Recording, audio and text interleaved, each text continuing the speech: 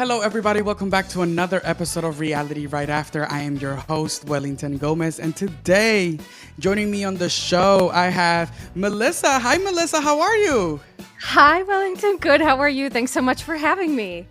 Thank you so much for coming. I'm so excited to have you. And of course, Sojourner, how are you? Thank you for joining me. Thank you so much. We live in life like it's golden, baby. Let's get into it. I love it. And I've been wanting to talk to you both for some time now. I feel like I've corresponded with you both about coming on the show. So I'm so happy that we finally made this happen. And I'm really excited to talk all things The Real Housewives of New York City. Season 15 was a season that it's been up and down. It's been up and down. And I think that we can all agree with that, right?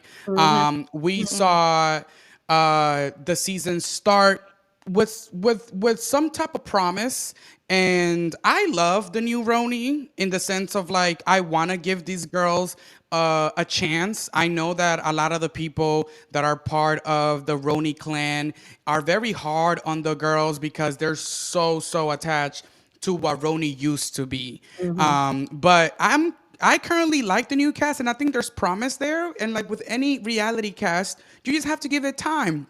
Melissa, what do you think about this RHONY cast as it is? I think your point is very valid in terms of people either love it or they hate it. You either miss our OGs or we're feeling refreshed by fresh faces. And personally, for one, I think that this group is far more indicative of New York City, right? In terms of diversity and representation and all those things that really matter. So, I personally am really enjoying it, but I don't enjoy the dark turn that it took.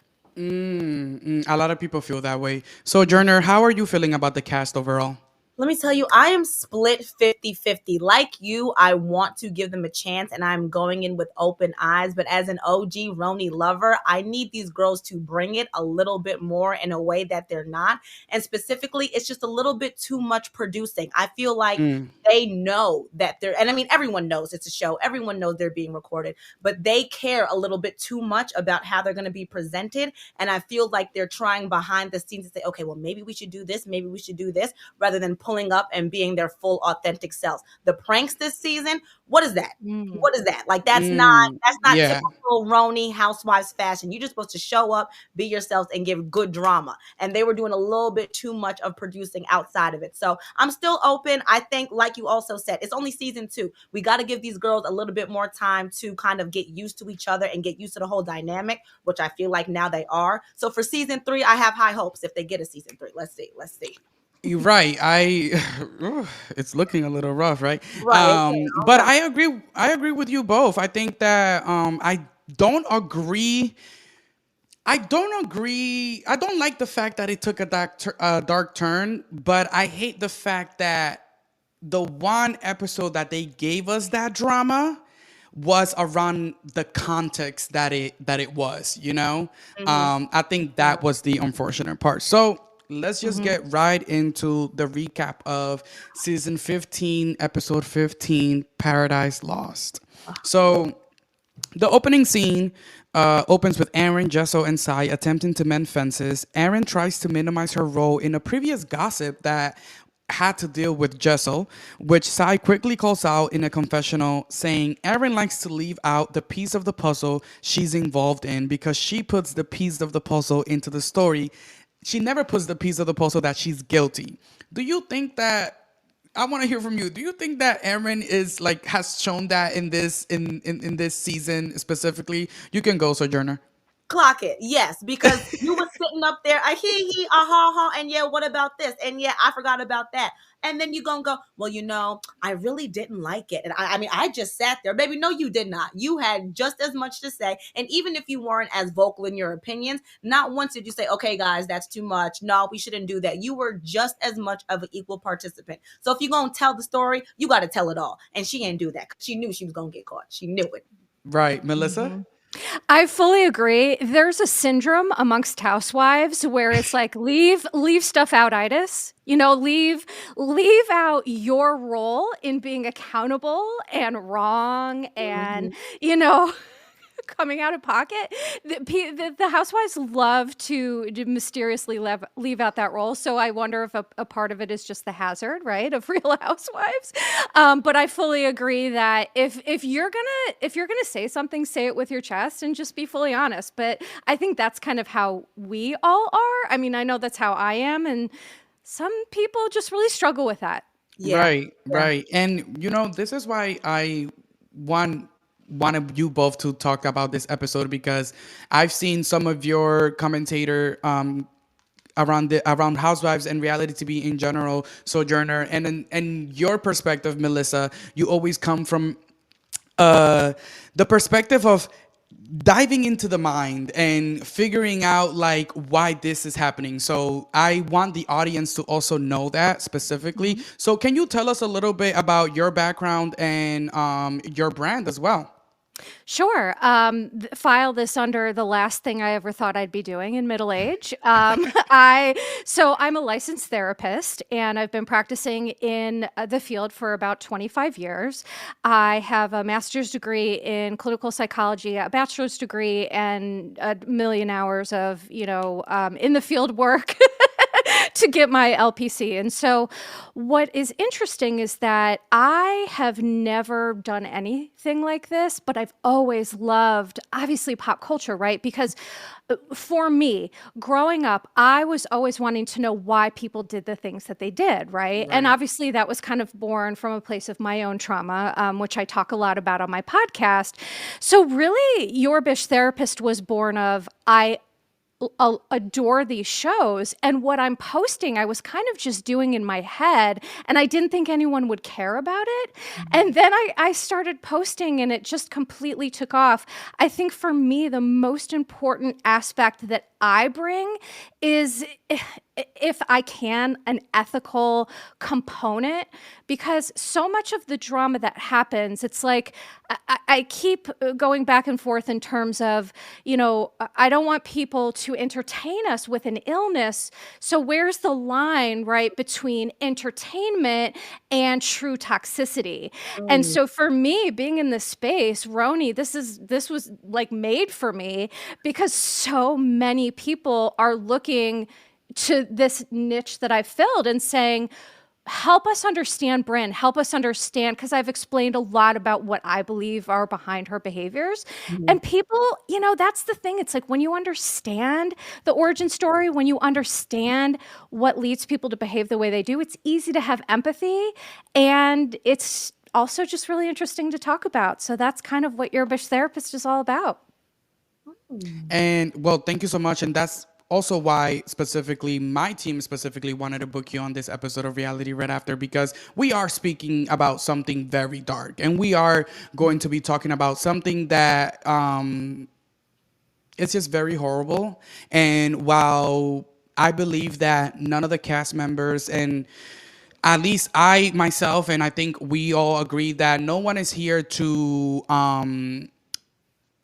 claim that what happened to her is not true.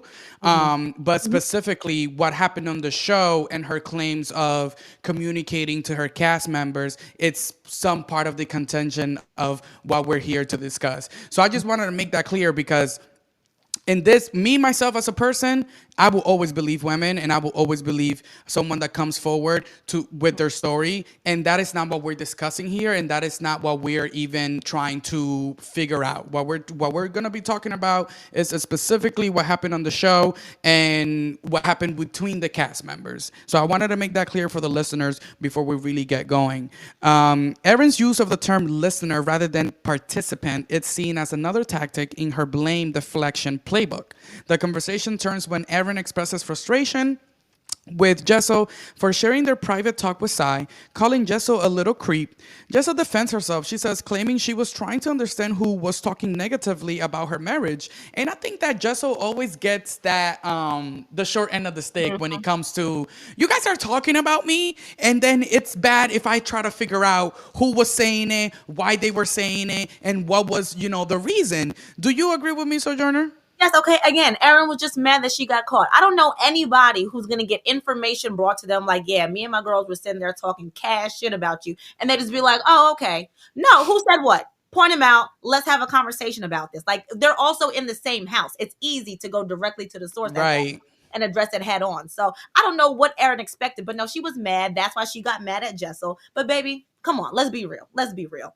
And there's nothing to be upset about with Jessel trying to figure out why these things were being said. If We're anyone all Jessel to be upset. Like, come on. right. Very true. Erin shifts the conversation by mentioning Pavitt's remarks to Sai, saying Pavitt should apologize to Sai for calling her a bitch and bipolar. And something that I was very, very surprised is that while Sai puts on this persona that can be very tough, she's very sensitive. And you can tell that those comments from Pavitt really hurt her and really made her feel some type of way. I know that she says that she doesn't really need anything from it, but Melissa, what was your perspective when you saw that scene? Because to me, I do feel like Sai is looking for some type of apology or at least some type of conversation so that this can be put to bed. Yeah, I was pissed. If I'm being honest, because I have no tolerance for weaponizing a whole mental health diagnosis, and Bravo loves to do it. How often, Mia, this season, I know we're not talking Potomac, but We can. people claim, right, that someone has a diagnosis of bipolar disorder, which, by the way, I've had the honor of treating people who have struggled with that disease. It is absolutely gutting it for everyone that experiences it. And so I think that not only was it sensitive for Sai, it's sensitive for every single person who's been touched by this mental health issue watching that, because Right. it's just weaponizing the stigma. And I personally do not support, he owed an apology. Okay. People said, well, Sai, she said stuff about him going to travel and, trying to hook up or whatever. And personally, I don't abide by tit for tat or kind of eye for an eye lashing out. I think that's immature. And I know that the Housewives is kind of founded on that, but I'm just personally not a huge fan. And so I think that irrespective of if Sai owes him an apology, he for sure owes her one. And he owes the mental health space at large an apology, I feel, as well. Didn't care for it. I agree too. I think that plus Sai has been very vocal and open about the fact that her mother struggled from bipolar disorder, and that Right. she Which is why he said it. And that's to right. me, that's No, why no, it no, was go so ahead. upsetting, because he said it, because he knew that. And when you're a human person who takes a tender part of someone and pokes it just because you want to hurt them, that says a lot about your character. It does. Clock It does. it. And I feel like Pavitt is the type, he's good with his words. And like you said, he chose those two words specifically. He said bipolar and he said bitch. You could have been a lot more creative and a lot more witty in your response. Yes, she made the claims about you going to Vietnam, possibly cheating, being involved in sexcapades over there. I'm not mad at you for being upset about that, but there are a ton of other things that you could have said that were not those two. And calling a woman Right. out of her name and then weaponizing mental health, that's where you lose it. So where you had a leg up, so where Sai should have apologized, now you got brought down because you used the two things that were off limits. So that Right. apology is kind of canceling out now at this point. Yeah. And I also agree. when we're gonna do a little jumping around because at this point the part one of the reunion has aired. But also like when they try to talk about it, the reunion, the fact that Jess was like, yeah, we're gonna work on that. We're gonna work on trying to get an apology, Like, honey, y'all filmed that scene how many months ago? Months. How like Right. why is it taking so long for you to explain to your husband that what he did, whether it was to Sai, it could have been to to someone even that was close to him. It doesn't matter who it was. You do not like Melissa said, you do not weaponize a mental disorder and then call a woman a bitch. Right. On top of that. Right. Like, let's be clear. Yeah. And Jessel, I'm sorry, Sojourner. No, of course. Jessel lost me when she made an excuse for Pavitt, and I was like, no, that is not it, because part of being a good partner means holding our partners accountable when they do something wrong. And this is supposed to be your girlfriend, Jessel. So where is your loyalty to her? And That's stop been on your feeling- side. This entire right. time. Mm-hmm. That's right. Well, in this season, maybe not last season. Right. Yeah. But that's where, and I understand the rock and the hard place that Jessel is in between. Pavitt seems like the type of man, if he doesn't feel sorry, if he doesn't feel like he wants to apologize, it's not happening. And you cannot force someone to do something that they don't want to do. So I feel for her. But to your point, she could have said, on behalf of him, I apologize, because I acknowledge that was wrong and he shouldn't have said that. And at the least, Sai might be able to get some reprieve from that alone. Right. Not from Pavitt. And then maybe, who knows, if y'all are actually working on it, if Pavitt sees you sitting on the stage and say, you know what, I denounce those comments, I don't agree, I apologize, maybe then he would feel the need to. But if you're going to sit there and say, well, I mean, you did have comments first, he's going to feel more justified to stand where he stood. So I know it's a rock and a hard place, but to your point, yes, she could have stood up a little bit more. Right. And to be completely honest, I don't really know if I really want to know if I'm really interested in knowing what Pavitt has to say, because after he says that he rather is a Elon Musk than a Beyonce, like, boy, you lost please. me. You lost me. You lost the plot, you lost the audience, you lost the fans. Like, we loved that relationship going in, and now it's like I don't even want to see it. Like, keep it away from me. There are facts. Him eating, not taking the therapy session seriously, eating around it, and you see how much Jessel wants a baby girl, and he just seems to be so dismissive of it. At first I was like, oh yeah, these are two best friends who were friends for a while, then they got together, beautiful marriage, beautiful relationship. But he just seems like a type of guy, and I don't like those type of guys. So I don't know how much on that train I am. And to me, it's really hard. Like, I always wonder, like, these reality stars, I would never want to, if I'm in a relationship or a marriage, I would never want to go on a show and showcase. Of course, I will be real. So if we're going through something that's challenging to our relationship, I'm going to open up to the cameras about it. But something about Pavitt comes off really performative to me, as if he's trying to make a good moment, knowing that it's going to be polarizing, rather than this might be the reason, this might be the actual way that he treats Jessel, which is why I think Jessel sometimes it doesn't make sense why she's so okay with it. And the only way that I can think that she reasons with it is because, oh, this is not the way he treats me off camera. He just only does this so that we can give good TV. And to me, that's worse, because why would you showcase that? Like, that therapy session was. I think, to your point, he saw the kind of notoriety he got last season with, okay, he does just like to travel for food, and people were all on board with that. And he was like, oh, okay, he started food content out of it and everything. So I think he kind of sipping the Kool-Aid a little bit, and he think like, okay, like I can do my part too, and people gonna love me. You're losing us, babes. You're losing us. Come on. Yeah, when he said that thing about Beyonce and Elon Musk, I was like, I'm done with this person. What are you even talking about? Have you seen what's happening? My God, number one. Number two, I have to comment about the eating during therapy, because here's the thing. As a therapist, I've had people do the wildest stuff during therapy. Lord Jesus. I could write a book about it, and maybe I should.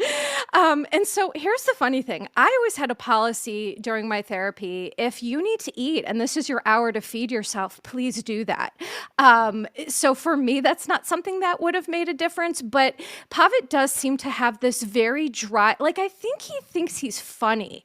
I think he sees himself as this real Rodney Dangerfield type of guy with this dry wit and humor. And it's like, no, you're just missing the mark all over the place. Right. Let's get into the confrontation. The group discusses Brynn and Ubah's feud. Specifically, Ubah claiming, well, not claiming, but suggesting that maybe you had to sleep with someone to get this job.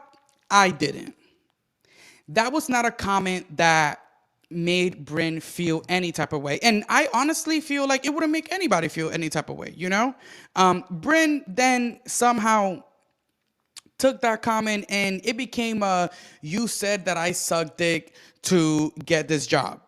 And we see when they're all in the room that the girls are like they're trying to hold Ubah accountable and they're telling her like you cannot say that. You cannot say that people suck dick to get a job. Like that's rude, that's mean, you know, and like we're all women, like we shouldn't say that about each other. And Ubah is a stickler for like the right, like the fact and how things are said I to the said T. what I said, and I I said what I said, you know? So she's like, well, that's not what I said. What I said was that, you know, if you had to sleep with someone to get a job, that's not what I had to do. And we see the production flashes to the moment and you know the flashback it is in Ubah's defense and on her side. So then it becomes a thing where like they're just getting into a screaming match within each other. Ubah leaves the room because she's pissed. She's like, I cannot take this. Like you're trying to like make it a thing of that it's not. While Brynn feels like, you know, like you should not be saying that I suck dick to get a job. And Brynn is really emotional.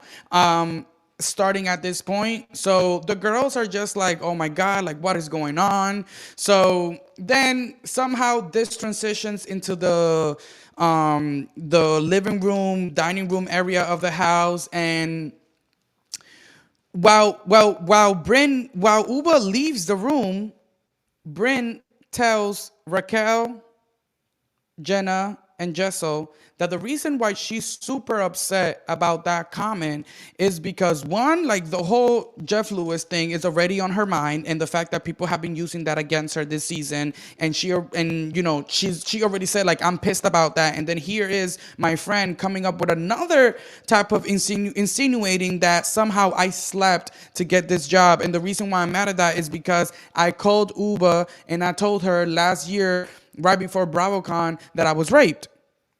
The girls are very shocked by this allegation because, and I think they reacted as like any friend would, you know.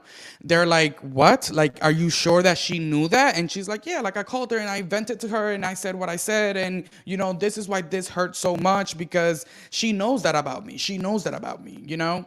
So then everybody transitions. Jenna and Raquel are like utterly upset. You can tell in their face. You can tell that they did not like that. Raquel specifically, she's very, very upset because she can understand. Especially, I'm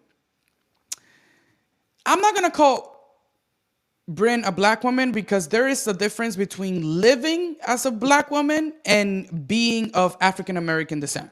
Thank you. So, as a black person myself, there's that difference, you know. She is black. That's not something that needs to be discussed. But there's a difference when your phenotype and the way that you present to the world and the way that you walk in the world. So doors have not been closed to Brynn because she's a black woman. So for that reason, I think that we need to make that clear. But Raquel can see that, you know, as a woman of color, like it's hard. It's hard when to even be believed about the most simplest thing, let alone something like assault. Right. So they try to like get it out of them, but they're not trying to break that trust. They're like, you know, this is not for me to say. She said that to us in the room, and we're not gonna start repeating something like this just for the sake of this show, right? So immediately after, Brynn, sorry, there's so many girls. Aaron and Sai are talking to Ubah in the room, and they're trying to tell her, like, girl, like, you know, like, I get it, like, you're pissed at her, and she might have said things or get you mad, but you can't go around saying that the girl slept to get this job. Like, you know that's not true, and, like, that's just not nice. Like, you know, trying to hold her accountable. And I think that at this point, Aaron and Sai kind of know how to maneuver the situation with Ubah, because Ubah does have a very strong character and she's very secure in what she said, and is very confident in what she says, and really is not really into changing her mind whatsoever or being pressured to change her mind. Mm-hmm. She likes to do things on her own accord. Mm-hmm. So they tell her, you should apologize to her. You should apologize to her. Let's keep let's at this point, Sai and Aaron don't know what happened in that room and what Brynn already said to the other group. So Ubah comes out, tries to talk to Brynn. First red flag that I saw is how physical it was with trying to grab her to, let's talk. Let's talk. Like, I think that Mm-hmm. we need to calm down when it comes to like putting our hands on each other, because that's how people start fighting and that's how people Yeah. get dragged, and we're not trying to see that. Can Go I ahead, also Melissa. make one important point here is Yeah. that for people who have a history of sexual abuse and sexual violence, being physically touched can be an enormous trigger. Mm-hmm. Right. And especially being physically touched without consent, Right. even in ways that may seem very small to regular folks who have not had that history, right? And so Yeah. I think to your point, physical touch, as a therapist, it's always something I'm very mindful of that I think maybe the average population isn't. Given what she said, that did it, I didn't love that either. Yeah. Yeah, I immediately clocked that. How did you feel, Sojourner? And given the context that we saw in the reunion, knowing it was somebody that Brynn knew, knowing that it was somebody that she had a cordial relationship with. Ubah, I understand you were trying to maybe be endearing in it, but having someone that she is close and cordial with, Brynn, but is still at odds with in that moment, it's not translating. And if anything, it may come off more as an attack than it does an endearing, let's actually go and talk. So I felt Brynn, and she said, she was like, you don't have to touch me. Like, you don't Right. have to grab me. And so I was Right. glad that she did stand in that. And I don't remember. I think Ubah actually did continue to like still hold on. I was like, Yeah. Ubah, Yeah. let go. Use your words. Use your words and be soft. Yeah.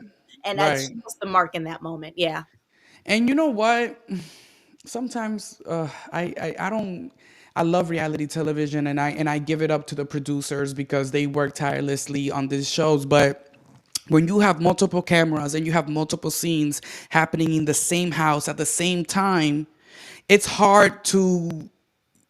I would have stepped in and I would have said, before Uba came out to the outside to talk to Brynn, I would have said, this just happened in that room. You need to be aware, because as we move forward with filming, you need to be aware that she just opened up about this in that other room. Mm-hmm. Because I can see Uba being that physical, because to her it's just another argument. We're still talking about the same thing. There's not that connectivity where Brynn has opened up about her assault that happened, and it could be really triggering to be grabbed in that manner. Mm-hmm. They And go as thank they God for go out, right. because that They had go outside for at this point, and Uba is trying to, like Dr. Jackie said on Married to Medicine, write a blank check as yep. an apology. That's it. Okay.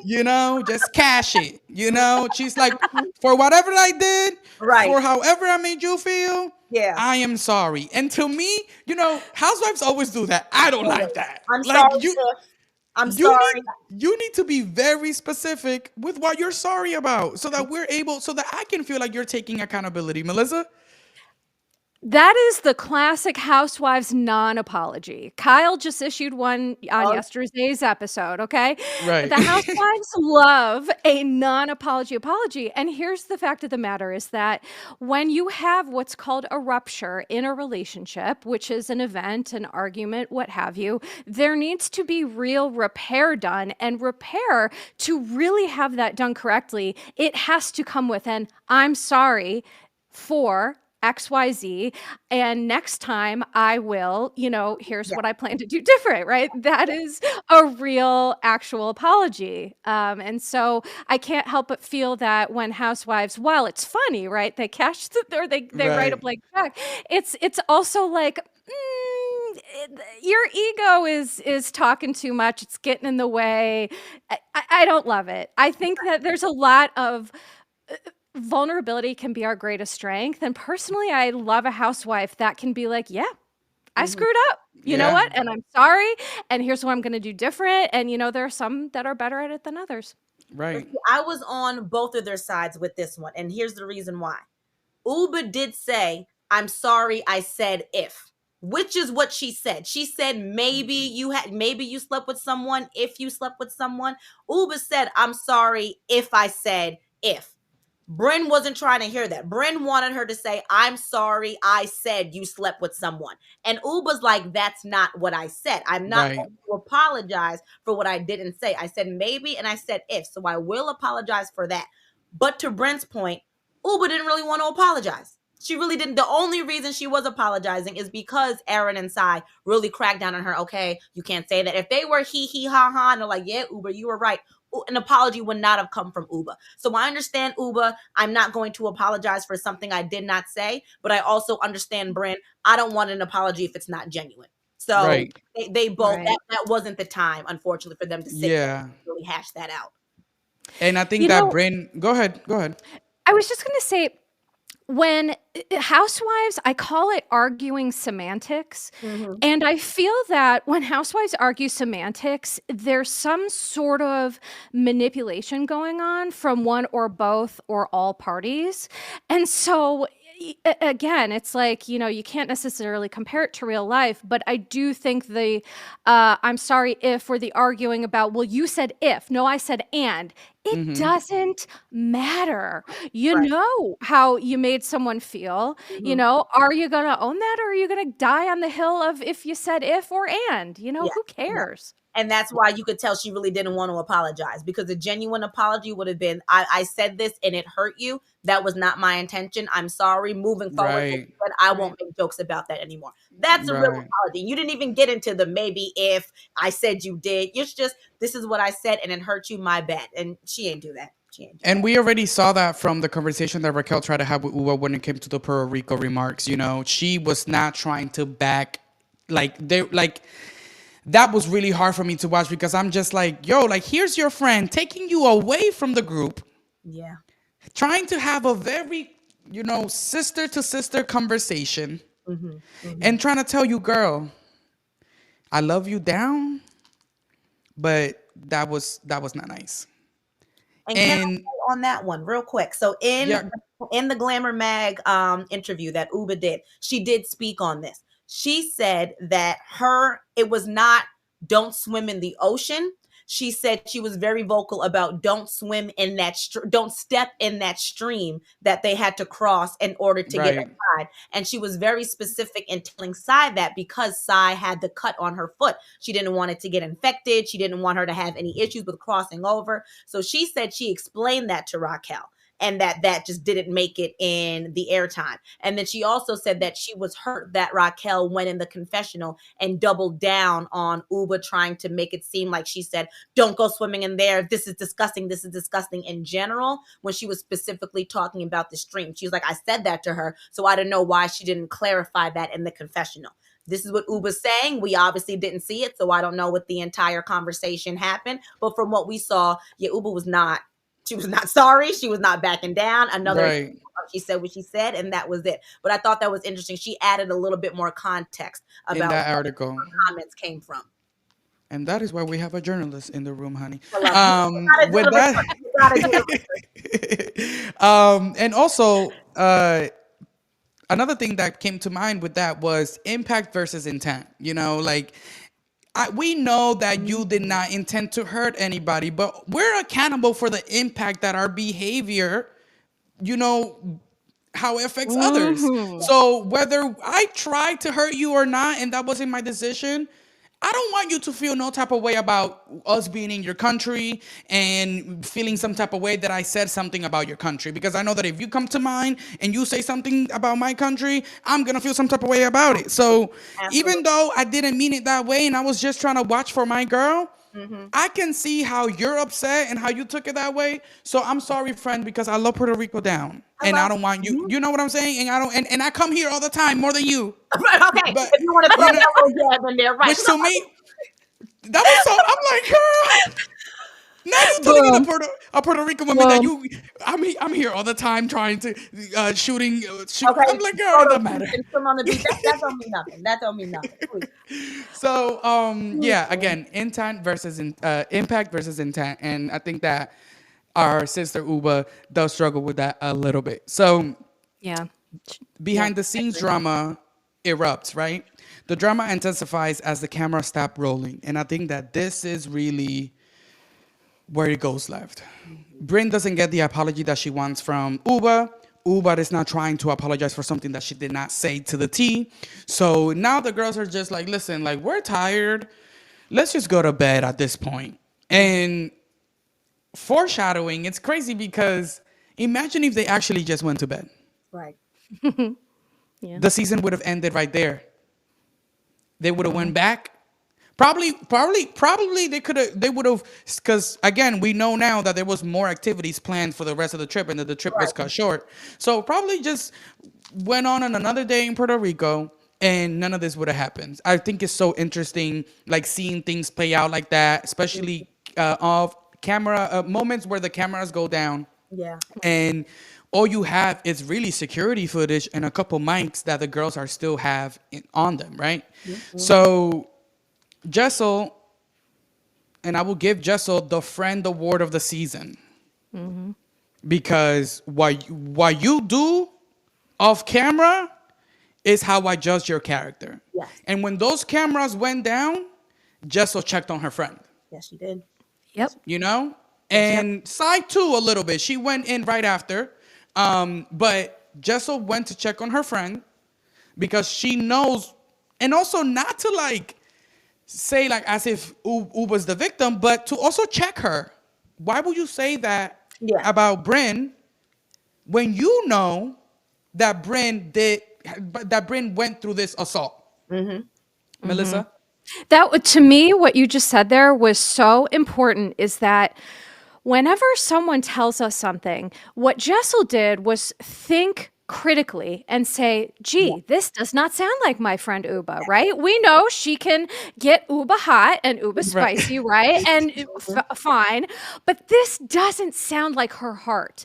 And in that moment, I thought, what a gift Jessel gave to Uba because it gave her the opportunity. Could you imagine if Uba came to the reunion Girl. and saw, Girl. oh no, Yeah. it would have been a disaster. So I don't think I we would have gotten Uba at the reunion, to be No. completely honest. No.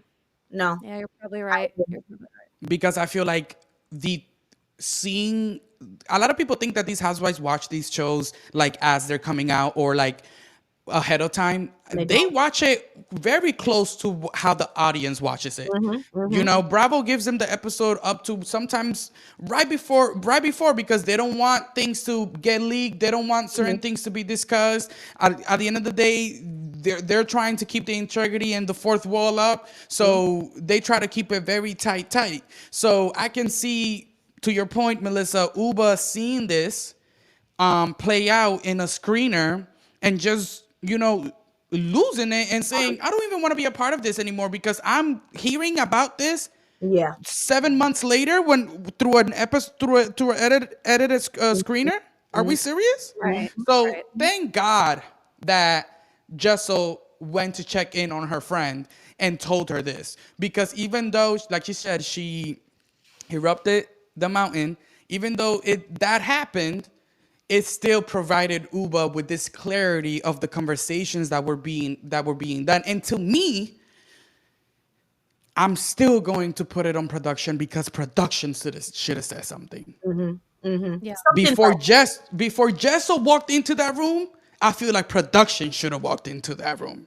Something that heavy. Because at that point, it would have been Uber's word versus Bryn's. And honestly, even though we know Brynn is an embellisher, she likes to add a little bit of sauce.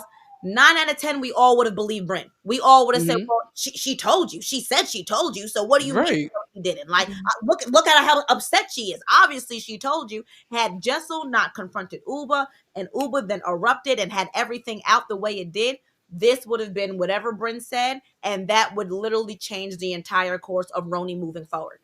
Right. Right. Right. So Jessel walks in, tells her, what happened in the other room, and Uba explodes. She Jessel describes her that she is very like just affected by this information. She starts losing it. Sai described that she was throwing up, that she was crying, that she was hysterical, upset, a bunch of emotions all happening at the same time, right? Mm-hmm. And the first thing that she wants to do is go check. And in confessional, she says, I've never heard about this, but I wanted to go to my friend so that she can remind me if maybe if I forgot, so that she can remind me when she told me, so that I can deny it, because I know that that wasn't told to me. And I'm still at this point, when she said that, I said, every flashback that has ever flashbacked about you is on your side. Yeah. You have a very good memory. I'm not saying that she has the perfect memory and Right. that everything she says is Right. true, Right. but when it comes to housewives, I do think that there is like a pattern that you have to follow a little bit sometimes. And if someone's a liar, Mia, someone's a liar. Oh. Right. And the scenes are going to show it. Okay. You know? The And Mhm. producers if and and if editors someone's are going to run them scenes back to back to show you. Yes. right, production, Mhm. trust me, production would not make you seem truthful if you're not truthful. Production would not paint you out to be a liar if you're actually not a liar. Right. So go ahead, Melissa. I also think, though, it shows Uba's character, right? Because that's what we're talking about. Yeah. She wasn't going to die on the hill of semantics. She was like, hold on a second. Could I have really done this? Could I have missed the? And you could tell in her heart, she just sunk because she would never want to hurt someone like that. And then, again, cut to the reunion. Uba was one of the few women who actually showed Brynn empathy, I would which say the only. Yeah. okay, Yeah. fair. Honestly. Yeah, fair. Honestly. Okay. But I think that's what's so ironic here, right? Is that we're seeing Uba's character, and she's the only one crying for Brynn after all of this. So to me, she showed herself a true gem. Yeah. And I honestly, that agree. confessional of Uba, it broke my heart because I'm somebody, I'm not gonna hold you. My memory is trash. Call me Dory because you could tell me Me too. I'll be like, My memory is yeah, trash. if you said I did, then I'm gonna take your word for it. But like, I don't know. And the fact that, like you said, she didn't immediately go into no, she didn't, no, she didn't. She never told me that. She took a beat, and that confessional was like, I had to ask myself, did she? Because I can't imagine being told that and not responding and not reacting or not being there for my friend. So before she even said, yes, I did, no, I didn't, she checked herself. And like you said, that shows her true character. It shows that not only does she care about Brynn and the sensitivity of the topic, but she was going to check herself before she made any kind of claim as to what she did or didn't do. And that's huge because a lot of people would just immediately, no, I didn't, no, I didn't, no, I didn't. But she said, wait, did I? Are you sure? That doesn't sound like me. And that speaks volumes. It does. I agree. I agree. So Uber comes out of the room. At this point, emotions are heightened. And she's like, Brynn, do you really say on camera that you told me about being raped and that I knew?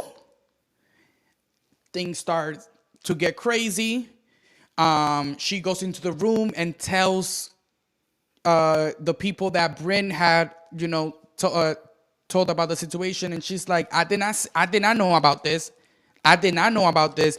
Raquel and Jessel described the situation like she was really, really, really upset. She's into Jenna's face, and she's telling her like, Allah can strike me down right now. I did not say about. And let me tell you something about African folk. They do not play. They do not play about no, honey. Yeah. They do not play about that. So when an No. African person tells you the God can strike me down, they mean it And because Jenna they said that. She was like, as truly soon as believe she said, it. Allah could strike me down, Jenna was like, hey, You know, yeah.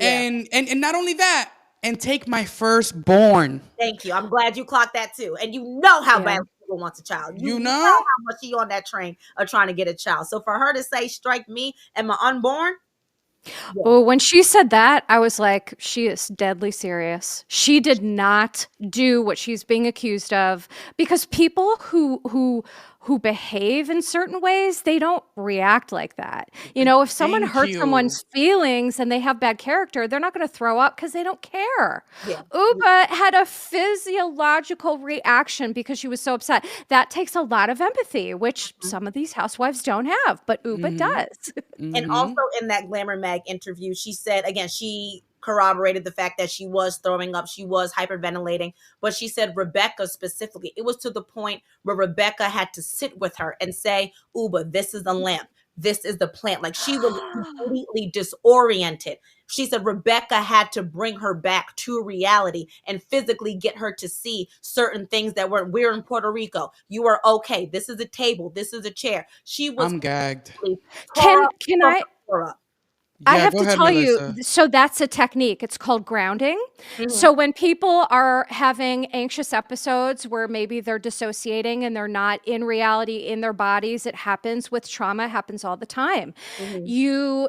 You start to panic and you lose a sense of where you're at right now. And what the antidote for that is grounding, which is what do you see, what do you hear, what do you smell, what do you taste, what do you feel?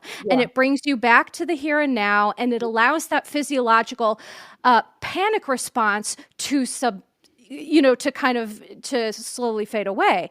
And so that is fascinating hearing about that part of the article, because it to me is a piece of the puzzle that again proves what we're saying, that this literally caused Ubah to have a full-blown panic attack.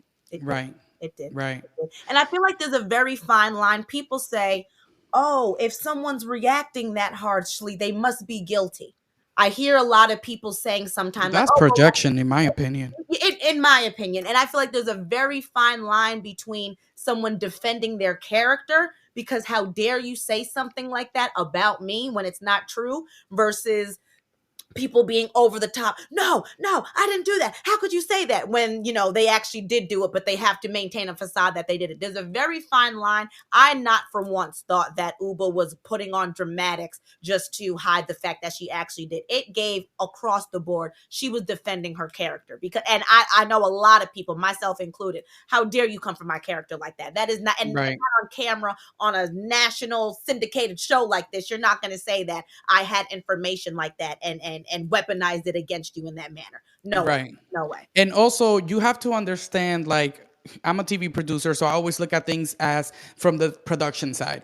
You have to understand that there's no cameras here. There's barely audio, and this story is being told through confessional. So it is that's why you see the girls painting the picture of Ubah was throwing up, Ubah was doing this, Ubah was doing that. Because if we are just going by what we're seeing from the security camera, it's very much what you say, Sojourner, in the sense of like, she's just fighting because she doesn't like the allegation and she's trying to, save herself. But that's why production is painting the picture that production is painting, because they want to make sure that you understand that even though you guys didn't see this is what's happening while everything happened.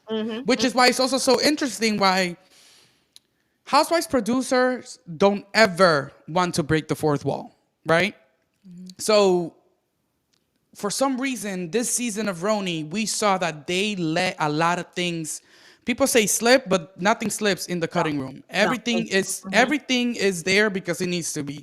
So I was gagged when I saw her tell Rebecca, "Well, you need to come at me a little bit more, because if not, you're not gonna be here next season." Or in that general aspect, overproduction, or there's a lot of moments where she's like producing the scene or producing the things that are happening. So, and I think that was production showcasing, creating the pattern that this is someone that it's so invested into this show that they're willing to control their narrative if that to them feels like it's creating what the people want to see.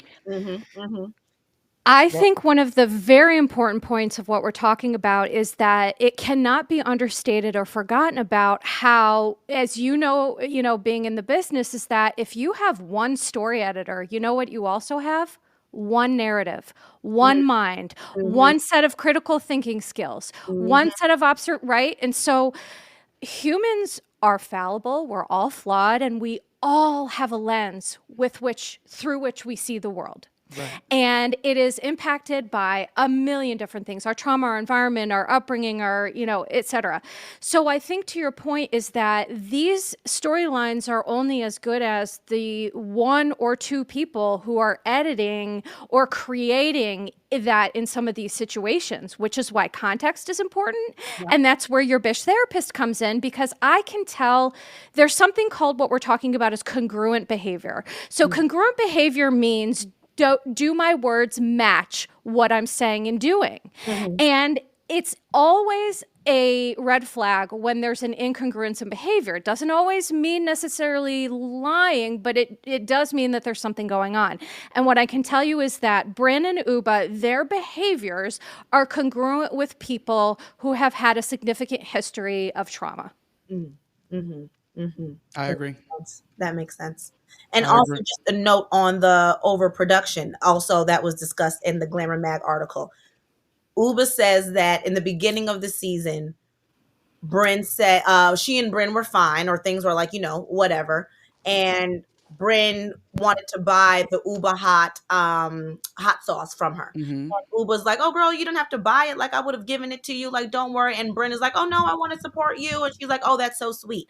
Then in a conversation off camera, she tells her, I'm going to say something negatively about the hot sauce so that it'll get you more reviews. And Ubah said, ooh, at the start of the season, I see you're already trying to create problems with me specifically. So that put her on edge and at arms. We're already coming off of season 1 when Brynn is the one who let loose. Oh, you got a boyfriend in Connecticut. So Ubah's already seeing parts of Brynn that, like you said, that congruent behavior that don't match. And she always said she let a lot of things slide with Brynn because Brynn has the charm, she has the wittiness, she has the, that fun energy. But after a while, she said, your words and your actions are not matching up. You are not a producer. You are a cast member just like me. So why are you going so hard trying to create these storylines and narratives rather than just coming in and being? So we all see a lot of this is buildup from last season, things off camera, things we're seeing at the beginning of the season. And unfortunately, Mount Vesuvius, it blew up in our face. I just wanted to say, my theory and the answer to that question as to why is because I believe that Brynn is using the show to work out her trauma. And it shows because it's not and I think she kind of said it. Like she said that the first season, she's never talked about her being biracial and how that affected her and her upbringing of like not being around anybody that looked at her, and her grandmother not being able to do her hair, and her having to go to a black salon almost once a month or once a week. I can't remember. So, and then she's saying that her opening up about that and opening up about the parents that she had and her upbringing helped her and even her brother get through some things that they really have never discussed. So I think it's very interesting that you say that, because I think she would even say that she herself is doing that through the show. Right. And listen, fair enough, right? Because all trauma survivors, myself being one, you have to survive, right? Yeah. We can only do better once we know better. And I think that what we're seeing with Brynn is her acting out unaddressed trauma patterns, because unfortunately we will repeat what we don't address. And when we move from a place of trauma, we usually end up hurting ourselves and other people inadvertently. And so I think that for me, it would really behoove Brynn to look at, because here's the thing, Wellington, it wasn't just about everything you said. Brynn suffered severe neglect as an infant to the point where she was not fed, her diaper wasn't changed, her basic needs weren't met. And I cannot emphasize enough as a therapist how impactful that would have been on anybody. The fact that Brynn is able to function I'm not joking, is an absolute miracle. Yeah. And so I do want to give her that credit. But unfortunately, a lot of survivors, they get afraid, right? Because you don't want to look under that rock to see what's under there and be like, oh no, I can't do this. Yeah. It's hard. And so, but I think her fear is keeping her stuck. Yeah. Right. Yeah. Right. Well, when filming resumes, confusing reigns in the hallway where Bryn's recollection of her conversation with Ubah about the assault is questioned. The group confronts Brynn with Ubah's denial. Ubah said she has no memory of. I think Aaron tells Brynn that Ubah saying that she has no memory of you telling her about the sexual assault. And when everything's happening and Aaron is trying to catch up, I heard her say, how will she know that? I didn't even know that. And at this point, we know Brynn and Aaron to be, if not the closest out of the group, right? And I'm not saying that her word kind of like, Right. but it was interesting to the fact that they kept that in. So Ubah is like super mad at Brynn, arguing the whole way, calls Brynn a lying bitch and a psycho. Producers tried to intervene. Brynn at this point is still saying that I know what I said, and I know and I know that I said that to you, and we can go there, and I have text messages and yada yada yada. Things escalate very very high, and production feels like at this point we need to take someone needs to leave this situation. So Ubah is going to a hotel. Jessel, being the friend that she is, also goes to the hotel with Ubah. And thank God she did, because I wouldn't want Ubah to go anywhere by herself after everything like this, was happening. So I'm glad that Jessel did that. And when they leave the villa, Brynn walks back into the room where the other girls are there. They're trying to talk about the situation, and Sai asks her, like, are you sure she knew that? Like, is it a possibility that, like, you might not be recollecting? And then that's when Brynn says, maybe she didn't clock it when I said it to her. And that's when the girls completely just start not feeling like Brynn is telling the truth about this specific situation this night, and her telling Ubah about this. And the girls start to feel played. The girls start to feel like, are you doing this because of the cameras? Are you doing this because of the show? Because we can stop it right here. It is not that deep. None of us are here for this. None of us are trying to make television this way. So even Raquel, whose wife is if I'm not mistaken, she's a psycho. Do you know the actual title? I believe she's a neuropsychologist or Right. neuropsychiatrist. I believe it's. I'm sorry. I should have had that in my notes. No, But me too. I, she does have a degree in like clinical neurology or something like that. They're my dream, by the way, to have on my podcast. Dream. I'm putting it out in the universe. Put it out. Yeah. Because they just both seem. This is what we want to see, right? Right. Amazing housewives who are so smart. They're bosses. They're badass. Just like I just love them both.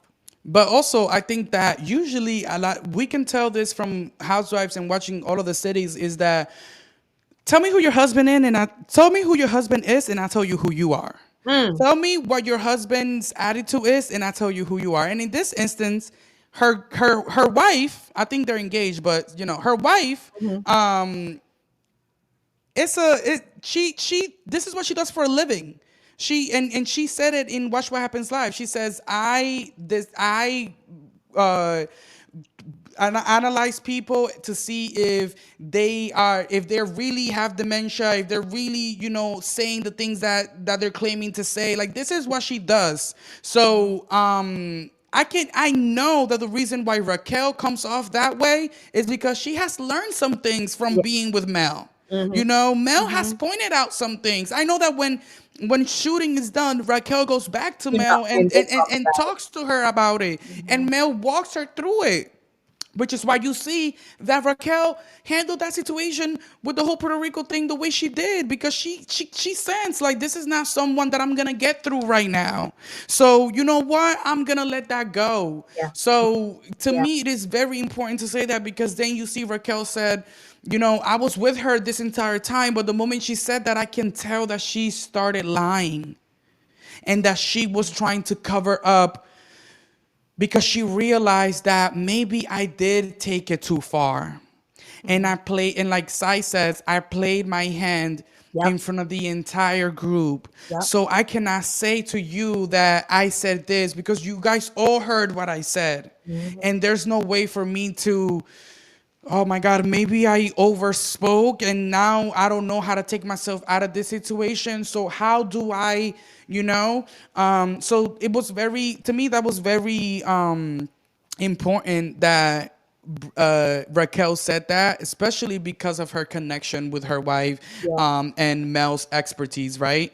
So at this point, the girls are just like, you know, this is not something you clock. This is not something you forget to clock. And you know, Sojourner, like you said, we have bad memory. So you know what? Like, I'm not telling nobody like you didn't say something to me, I didn't say Yeah. something to you, whatever, whatever. But if I'm claiming that I said something to you, the last thing I'm gonna say is, well, maybe you didn't clock it, or maybe I didn't say, you know, because it Yeah. then can be played as maybe I didn't say it, right? Exactly. Exactly. And if your friend didn't clock it, and you What had are that you talking conversation with about? her, why didn't it ever come up ever again? Thank Is you. one of the questions that I had. Did you Because guys have that question? Go ahead, Sojourner. something like that. And Brynn did say that she was ranting and raving about why do these things keep happening to me. I think a friend either had an attempt or formally did commit suicide. Like there was a lot that she was yelling about. If you know Uba and you know her character, you felt comfortable picking up the phone and ranting and raving about everything in that moment. Why do you at all think that something like that could have been said and Uba didn't have anything to say in response to it? Either in that phone call or after the fact, the next day. Hey, when we talked, you mentioned are you okay? Or do you want to talk about it some more? There's no way that you would have been able to say, because if you shared that in vulnerability, you as a friend would be like, well, wow, I shared that with her and Right. she had no room of empathy or question or anything for me. That would have been a larger thing for Brynn. The fact that she shared that with somebody and they didn't receive it at all. And Especially no, especially because Uba offered help for whatever it was that she called originally. exactly. So Exactly. if So you how are does that offering me one thing help, fall by the wayside, you know? And one of my favorite things, because I say, don't get me the line, because if you let me, I'll just keep talking, and who knows at that point what's going on. So at this point, I say, well, don't get me the line. So when Brynn is talking about this, all she could have said was, and I think I told Uba about this. That changes the entire course of everything. I think. I Don't get me the line. I'm not 100% sure, but I think I did. So allow me to bridge what I think is the gap here, just doing what I do. What I feel like I saw happen is Brynn and a lot of survivors of severe trauma and neglect, they get so blinded by justice or wanting to get validation Mm. that they lose sight of almost logic or facts. And it is very common. And I feel like what we saw with Brynn is that she was so caught up in feeling wronged by Uba that she went a bridge too far and really wanted the women to meet her needs, but she just went about it in, again, like I said, when you come from a place of trauma, you're going to inadvertently hurt yourself and other people. And so for me, that's my interpretation of, it's not about truth, it's about a trauma response and Brynn trying to get her needs met, if that makes sense. Yeah, because right, it was a two part. In the beginning, she had the women rallying around her about Uba's comments of maybe if you slept with someone, everyone, no, we don't think that that didn't happen. And she was crying and everyone's consoling her, hugging her, and I think to your point, she loved having that, no, don't worry about it. We believe you, that you're better than that. You're a smart woman. You're capable. You don't need all that stuff to get to where you are. She loved that. and then took it the step further.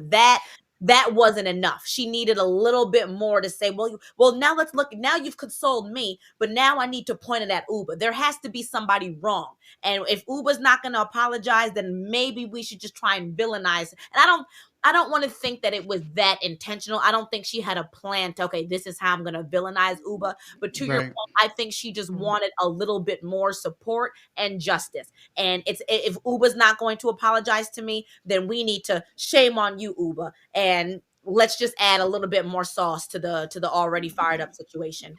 Right. And the thing about trauma survivors is that they don't know how to get needs met, and so it's kind of like sometimes, regardless of your chronological age, people who look or may be chronologically 30 some years old, they have the coping skills and the emotional maturity of, they're developmentally stunted based on how old they were when trauma started happening. That's also very common. And so, Brynn's chronological age, whatever that may be, I completely forget, but she definitely seems to be a little stunted. And I think that sometimes, how teenagers, they don't care if it's good or bad attention, any attention, 39, they'll by the take way. it. Thank you. I think Brynn is the type of person who it doesn't matter what kind of attention she's getting as long as she's getting it. And that is what leads us to where we're currently at, right? Right. Right. And Right. also to the point, and another note in the Glamour Mag article, Ubah talked about how Brynn cares about not necessarily the drama, but she wants them to put on a good show. Part of the reason she was poking at Ubah at the dinner tables because Ubah was sitting there, half asleep in her phone, not really being engaging. And so she wants everyone to be engaged. She wants everyone to be a part of this, to give good drama, to give whatever. And so if she can add more, she can good drama, she can take this story and bring it here and twist it a little bit, if she can create something that the girls are going to talk about, that she feels as though she's doing a good job, whether it's good attention and bad attention, it doesn't matter. If let's just give a good show. Meanwhile, Ubah is like, I got casted for me being who I am, a good show, me on my own. I don't need to add sauce or create storylines, narratives, etc. So I think, to your point, yeah, whether it's good attention, good drama, bad drama, Brynn wants all in. And for the reality TV stars listening, that's an recipe for disaster. You let production handle production. You let production handle other people's jobs. It is not up to you. Your job is not depending on your castmate. If you gave the show story and you gave the show your all, that's going to come across the television, and production is going to know this is a cast member that we can depend on because they do give this show a lot. They do give this show story, and they dive into that in front of the camera. So you don't have to be worried about Miss Honey over there sleeping because production is going to handle Miss Honey over there sleeping. Exactly. And I think that we can also relate that to like when we're in school. Like there's always that one student that it's like, are you doing what you're supposed to be? Like you don't need, calm down, miss. Mind your business. Yeah, Yes. And it's funny Like, because you see how she was trying it with Jessel. Oh, Jessel, you had a photographer at your kid's birthday party. You switched your outfit. which to me was like, this Duh. is Housewives. Okay, Like, what are we talking this, about? this is part of the course, baby. Like, you gonna have to. She was grasping for straws at that point, and she saw that it didn't land, so she needed something else. Since that didn't work, let me go ahead and try it with Ubah. That didn't work either. So it's just she's trying to get things going rather than just being and existing, and unfortunately, it's not working. And from hearing Melissa talk and her analysis of all of this, and saying that sometimes trauma survivors are looking for security and for I can see why she's doing this, in the sense of like, this is how I pay my bills. This is my livelihood. So I'm gonna push everybody to be good because I need this. Yeah. I don't know. I don't know how well that app is performing. I don't know what those marketing companies got going on.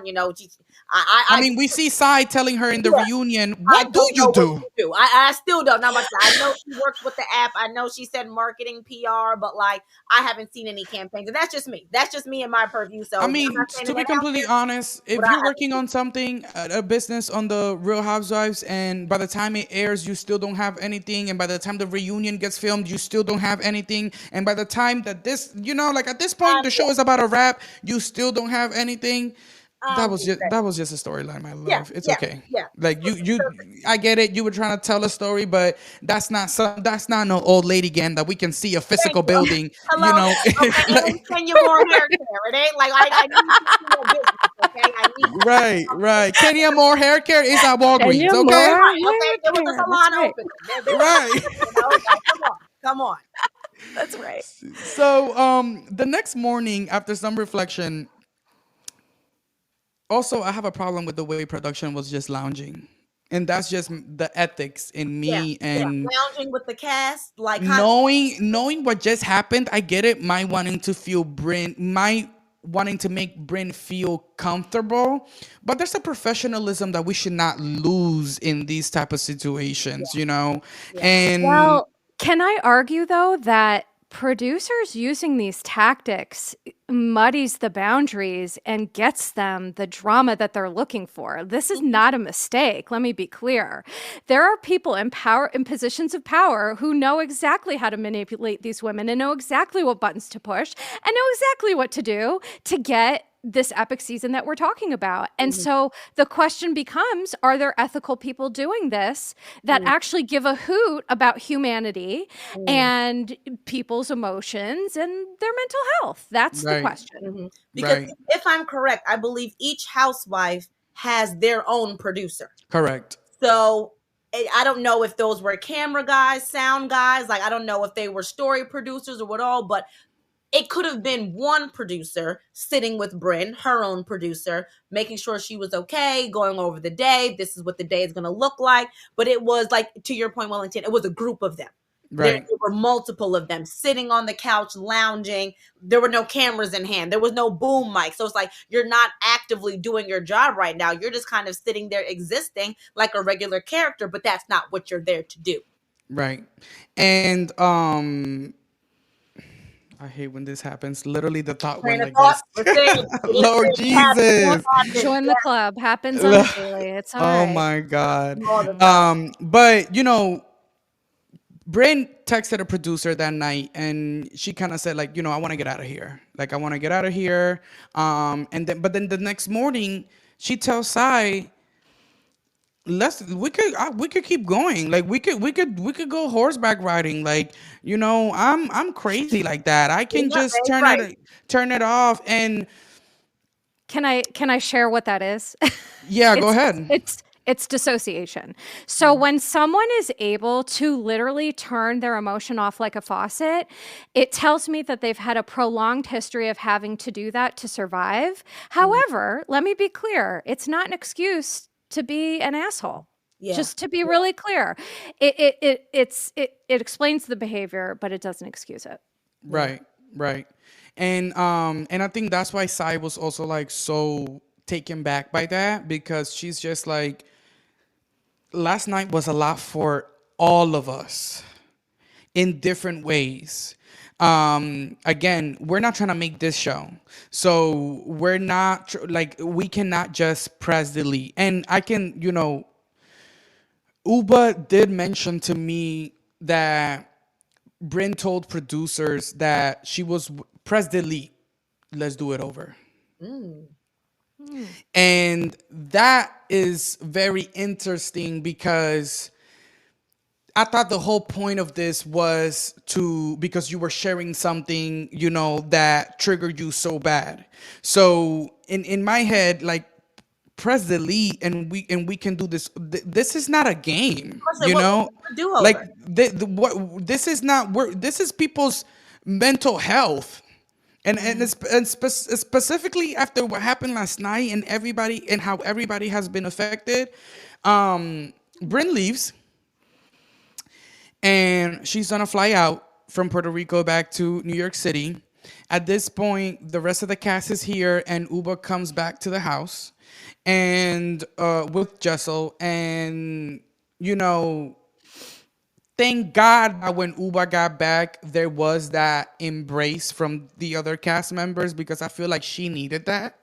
And it was monumental to, like she immediately broke down when she saw the rest of the women, and they embraced her, and I think they all did. They all cried a little bit because damn, last night was a lot. Mhm. And finally we can kind of like have a conversation and really just tell Uba that we do not believe what was said. We do not believe what was claimed, and we want to make that clear to you because we also feel like we were played. We also Mhm. feel Yeah. like things just went too far yesterday of for the sake of making reality television. Mhm. Mhm. So And I think that because of the topic, Jenna and Raquel were very quick to side eye Uba. They believed Brynn like anybody would. And again, not about the situation, but just I told Uba because she said it with such a fervent, like I told her,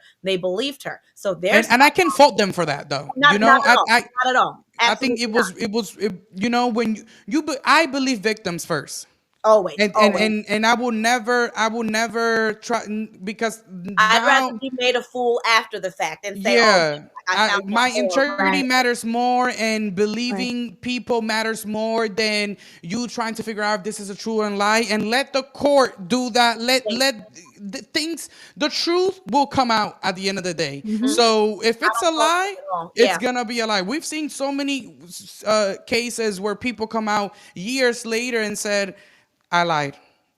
And that goes to show that you can lie for years, the truth will come out. Will come out at So some way, shape, or form. Justice may not be served in the way that we want or feel it should be, but to some degree, the people who are a part of it, they know the truth, and the right. truth is going to come to light. So no, I don't fault them at all for side eyeing Uber, but I can imagine the emotions that they felt of being so angry and so riled up just to find out, okay, well, maybe she didn't clock it, and then now being taken down this mental confusion of, okay, well, what's going on, who's telling the truth, who knew what, how is this even a discussion right now, like that's a lot emotionally for them. So I loved also seeing, Raquel even apologized to Jessel. She says, "Honey, I'm sorry yeah, that I Mhm. even yelled at you because I thought that, now I realize that you were just being a friend. yeah, you weren't being you weren't being a You were bitch in being this messy in situation. the Yeah. situation, Yeah. So that was also important.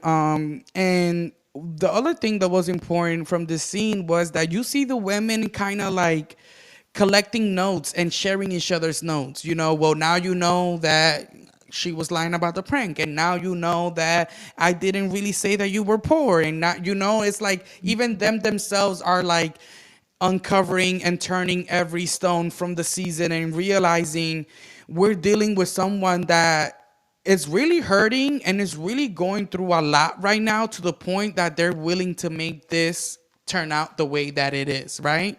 So knowing that all of the women are still in Puerto Rico, this triggered me because I've been in these situations where someone takes themselves out of the situation, but because they're no longer there to control it, Mm-hmm. they keep Mm-hmm. checking into the situation because Same. they're worried about the conversations that are happening without them being there. Yes. So are you guys still there? It's anybody coming? It's anybody leaving the island? And they're starting to feel like, yeah, she's doing this because she's trying to keep tabs on what just happened, and she's scared that we're gonna talk to each other too much, to the point that we are going to uncover ourselves Yeah. the mental, scrutiny and just bad moment that she put us through. Mm-hmm. So that was very Yeah, telling. that bothered me too, because I've also been on the receiving end of someone causing a clusterfuck of chaos, and then they decide, all right, well, you know what, I'm out, I'm off of this. Me and the group are still very much reeling over it, and then they're okay. Well, what's going? No, if you removed yourself, you removed yourself. Go ahead and take your piece. Go ahead and do what you need to do. Don't worry about what we got going on over here. If you were that worried, you would have stayed, and we all could have figured this out together. But so you're going to remove and then still try and control the narrative. She was coping but still trying to control. Well, it really, because what it is, it's manipulation, Yeah, and so that's what that behavior is. right, in right. in all scenarios, it's just manipulation. Right. Call it what it is. Call it what it is. Yeah. Right. I promise it is. So the finale closes at a promotional photo shoot. So interesting to I love like it. close at. It, we never seen this in Housewives, you know. Like No. we're past the fourth wall at this Yeah. point, you know. Yeah. I We was like, I am loved I right, it. I seeing? loved it. I did. It Yeah. was so beyond fourth wall breaking. It was wild. right. So at this point, none of the cast has really been with each other or seen each other since Puerto Rico. Some of the majority of the cast hasn't even spoken to Brynn like that. You know, we know Aaron has, and I think later on in part two, you'll see other people say that they also checked in on Brynn. But it was very interesting that Ubah came in and said, "Listen, I've had time to like think about this, and for my sake, I've had to forgive her." Hmm. Hmm. Raquel says that even though they told her and secured her in the sense of like, we did not believe what she said about you, Uba was so affected by this that even on the plane back to New York City, she was crying because my man is gonna say this, my man is gonna say this, my man is gonna see this. And yeah, like it's she was truly affected by this because she can understand how this could have been career ending, you know. Well, when you are talking about something that is so deadly serious, Hmm. and it just, let me be clear, Uba and all these ladies' reactions, that's healthy. Yeah. Brynn's is unhealthy. Mm. Okay. A healthy person who has any sort of emotional IQ understands that they were emotionally manipulated, whether intentionally or unintentionally. And, you know, for anyone listening or for everyone who's ever been emotionally manipulated, it feels terrible. You Yeah. know, when it's happening, it feels icky. Your gut is like, this is wrong, this is wrong. And Yeah. so I think these women, what we're seeing is appropriate, healthy reactions to someone who's like, you know, dog and fire meme saying this is fine. Like, I posted that yesterday because that was Brynn. I was like, I literally just posted that. It was Brynn, you know, this is fine in the fire. And that's how she gets along. And it's Yeah. wild to watch because it's so Mm-hmm. unhealthy. And I felt so bad for Uba in that moment because your partner, you expect them to know you, or you know that. I'm sure Oliver has seen all sides of Uba to a degree. That's probably not a side of her that he's ever seen. Someone Right. purposely antagonizing her and purposely trying to get under her skin. I'm sure he's seen Uba upset over something. I'm sure he's seen the spiciness of Uba, but getting Uba to a point of, well, maybe you slept with someone. I'm not gonna apologize for this. Well, bitch, F you. Like, I don't think he's seen that side. So she's sitting on that plane like, and again, you also don't have control over how the story is going to get spun. She doesn't know Right. if the producers are going to show the Mhm. entirety of it all, if maybe they're going to wait. And she doesn't know any of that. So it's like, yo, my Mhm. man is going to see this. And he, Mm-hmm. as Mhm. private as he is, as private as you want to keep that, like he might be. What if he breaks up with me over this? I'm over here trying to have fibroid surgery so I can get this man some babies. And Mm-hmm. he might just end up Mhm. breaking up with me over Brynn? Nah, that was Mm-hmm. sent me into a tailspin. That was sent me into a tailspin. Right, I agree. right. I Me too. agree. And I think that's why she had to come to peace with herself before even coming to this shoot. She says, we're putting so much work into this show, so I'm not gonna like not come to the shoot because I feel like that's gonna disappoint the girls. And Yeah. that's also gonna throw everything off. And after a season of shooting, the last thing I wanna do is, do that. So the show ends in a very like uncertainty with the group, like how do we move on from this? How do we go about this? Melissa? Oh boy. So here's the thing, and this is what I'm going to preface this by saying is that being a mental health professional and advocate, I take that very seriously. And I think that leading with empathy and understanding is really important. I don't like some of the rhetoric I've heard, read on the internet, people diagnosing her. Mm. If I'm qualified to do that and I can't or not doing that, it's not appropriate. We're Right. not Bryn's therapist. We're not her specialist. We don't know. We know what we see, right? Which is limited.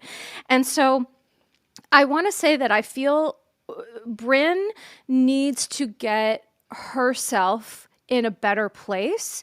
And I think that unfortunately, my opinion is that she would never leave the show to do that. And so the question then becomes, where's Bravo's level of participation, right, in helping this coworker, this employee, receive some help that they clearly need. Now, Right. it's up to Brynn if she wants that or not. But I can say is that if she continues moving from this space, it's going to be the same thing over and over and over again, which I can tell she's already sick of. So I think that for me, there's a huge ethical piece in this that says, I think Brynn needs to take some time to get herself together and to work on some things away from the show.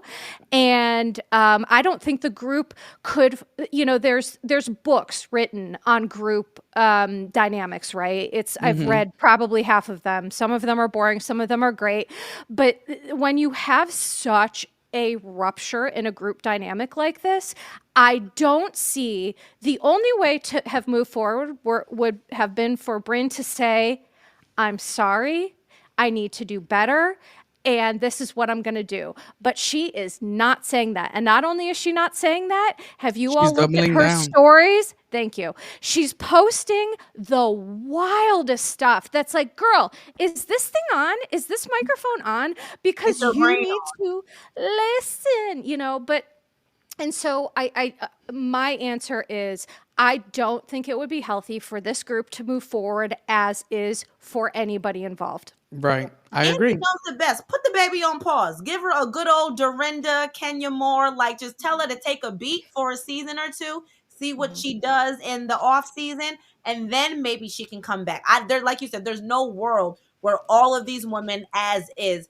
are going to come back. Whether Right. it's Brynn, Ubah, between the two of them, somebody ain't coming back. I can tell you that right now. And I think even if it was Ubah who decided to no longer come back, even though I think she will, TBD. Sai's not standing for it. Jen is not Jessel ain't standing for it. I Like, mean, they're as we know right now, none of the cast is talking to Brynn. yeah, you know what I mean? None of them are in communication with her.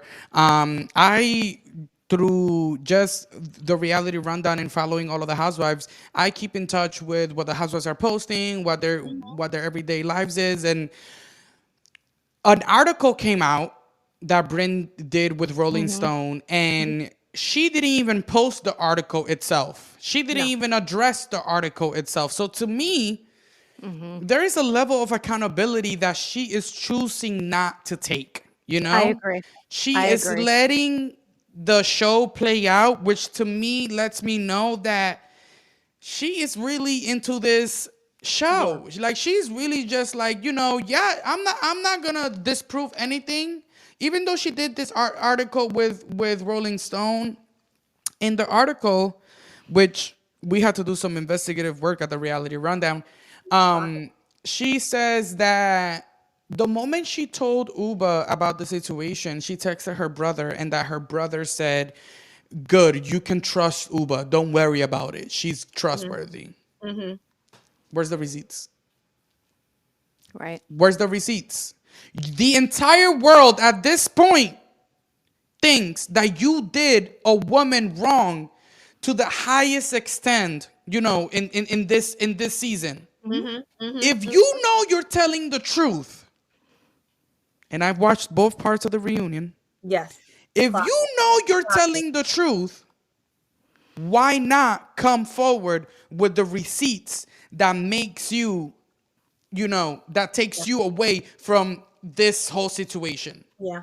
In Melissa, a go, continue. the last thing I want to say is that then when I read that in that Rolling Stone article, it reminded me of a moment from this season when the editors flashed back to a conversation that happened this season filming, but with her brother that we didn't see. So that the producers will kind of like sneak scenes that were filmed for this season, but don't make necessarily the cut of the story. But they still feel like they should show it. So we know that last season, Brynn ended with acquiring this bench for her grandmother. Yes. in Central Park to for her memory, right? And towards the end of the season, she finally, I think the last episode was where she finally got the bench. They put a picture of the bench and it had her grandmother's name next to a tree that her grandmother loved. So going into this season, BravoCon has already happened, and that was when Bryn said that this happened with Ubah. Mm. She's sitting down with her brother, and she's opening up about the sexual assault. And her brother says, I know it's hard. I know it's hard because you talked to me about this. And she says, yeah, like you're the only person that I've told. I don't trust any of these bitches. Mm. Mm-hmm. Mm. Mm-hmm. Isn't that interesting? So what? So it's another thing that I want to ask you, Melissa, is someone like Bryn Yeah. that doesn't have family members has the possibility of creating any narrative that they want Mm. because there's Correct. no one that can check. You know Challenge what I, it. you know? Yeah. So I Oh, think yeah. I think Yeah. that's the dangerous part where it comes to the way that she operates on this show. That Mhm. is that I don't have no aunties that y'all can go and ask through Instagram. Mhm. There's no one that y'all can go and check, and the only person that y'all can check is my brother, and I have him on lock. So it becomes a dangerous game because we have to take everything by face value because there's no type of situation where someone can come out and say, well, she's lying, and she's lying to the entire audience because Mhm. I know her from when she was young, Right. and Right. so seeing that scene was very telling because she tells Rolling Stone that she texted her brother after she allegedly told Uba about the situation and that he said, you can trust her. So if you have these text messages and you know this, why not show the text messages? And also, why did you tell your brother that he's the only person that knows about your struggles and that you don't trust any of these bitches? Yeah. Yeah. And Melissa, I want you to help me walk through this because I am someone that loves to lead with empathy. And I used to always say I'm a make it make sense type of girl. I don't have to like it and I don't have to agree with it, but if you can at least make it make sense to me, then I'm on board. Mhm. I understand and I empathize with Bryn's trauma. I believe her. I can see it in her and on her. Mhm. Like that is real and that is heavy. So I understand why she does the things she does and why she is the way she is. But where do we draw the line between understanding and empathizing and feeling for her, but then Mhm. also you know better to a degree. There's a part of you that does know what you're doing. There's a part of you that is intentionally manipulating, intentionally stirring the pot, causing drama, Mhm. embellishing Mhm. stories. Where do we draw the line between feeling bad and feeling for her versus baby, you know good and damn well what you're doing, you lose me. Where do we draw that line? That is such a good question. And Yeah. honestly, here, this is where we draw it right now. Because I mean, that's my honest answer. Yeah. Yeah. Because empathy and leading with empathy can only take us so far. And, all behaviors have consequences, Mhm. right? Even Mm-hmm. behaviors born of trauma. It wasn't our fault, but it is our responsibility to fix. Yes. And because of Bryn's fear around looking under that rock and facing all the dark stuff, she has shown that she is unable to draw this line for herself, Mm. I Mhm. believe. Yeah. And so, as people who, can appreciate her humanity and can appreciate where she comes from, I think the audience is saying, this is where we now draw the line because this is not okay. This is so sick. It's so dark. It's so twisted and unhealthy. The answer is now. Yeah. Yeah. You got to be held accountable at some point. Yeah. Yeah. Absolutely. Absolutely. And I think they do that at the reunion. I think that it would have been great to have someone like Melissa there, I believe. A therapy Um, on set would have you That's been my know, dream. That is my yes. Yeah. Can we put that in the universe? I Yeah, no, literally want to be like the sportscasters, but with Bravo and therapy, Yeah. and be like, Yeah. okay, so what's happening here? no, Is but she's that's when I built this show. I was like, I want to have everybody's different perspectives, but not just to say our emotions, but also to analyze these shows. Like I believe reality right after it's CNN meets reality TV in the sense Yeah. of like Yeah. the Yeah. bookings that we do is so that we can bring the perspectives that matter. Mm. And specifically with this episode, I think so many people are going to take this episode and really understand even deeper how that finale played out, and the situations that happened, and understanding, like you said at the beginning of the episode, understanding Brynn's side a little bit more, with still holding her accountable for Yeah. the wrong actions that she did. Yeah. One thing that I wanted to talk about the reunion, right before, and this could be like the last thing that we talk about, is, listen, another lie. oh, Jessel, I can. Oh, that was just so. Brynn during the season says this little tries to throw shade or throw this little like story about Jessel, that Jessel shared to her that Pavitt is not the love of her life, and that the love of her life is this other guy who happens to be African American, which to me, that was a red flag right there when she mentioned thank that. you, Wellington. Thank you, Wellington. yeah, I agree. And she says that, and then she says that that's really the true love of her life, and that Pavitt kind of just was the person that she decided to start a family with and get married to. And then we see at the reunion Jessel being like, I never seen Jessel this raw. Yeah. And she literally says, like, listen, like, you guys have judged me since the day we started this show about the relationship that I have with my man. That maybe I am too trusting, or that maybe he is too trusting of me. That how can he go all the way across the world to go eat without me, and I'm not going to feel any type of way. And now you have put this out, and you're supposed to be my friend. I have told my man this entire time that this is my friend, this is my friend, this is my friend. But then here's my friend lying on me. And then it's causing a very hard situation in my marriage, because now my husband does not trust me. Now my husband is thinking, could she be cheating on me? Could she be doing this to me? Yeah. Is she lying? Is Brynn lying? So for her to know that she never said that, and for her to still say it, and even at the reunion still try to double down into Jenna just said, stop. Stop. She never said the love of her life. It was craziest hookups. She never said that.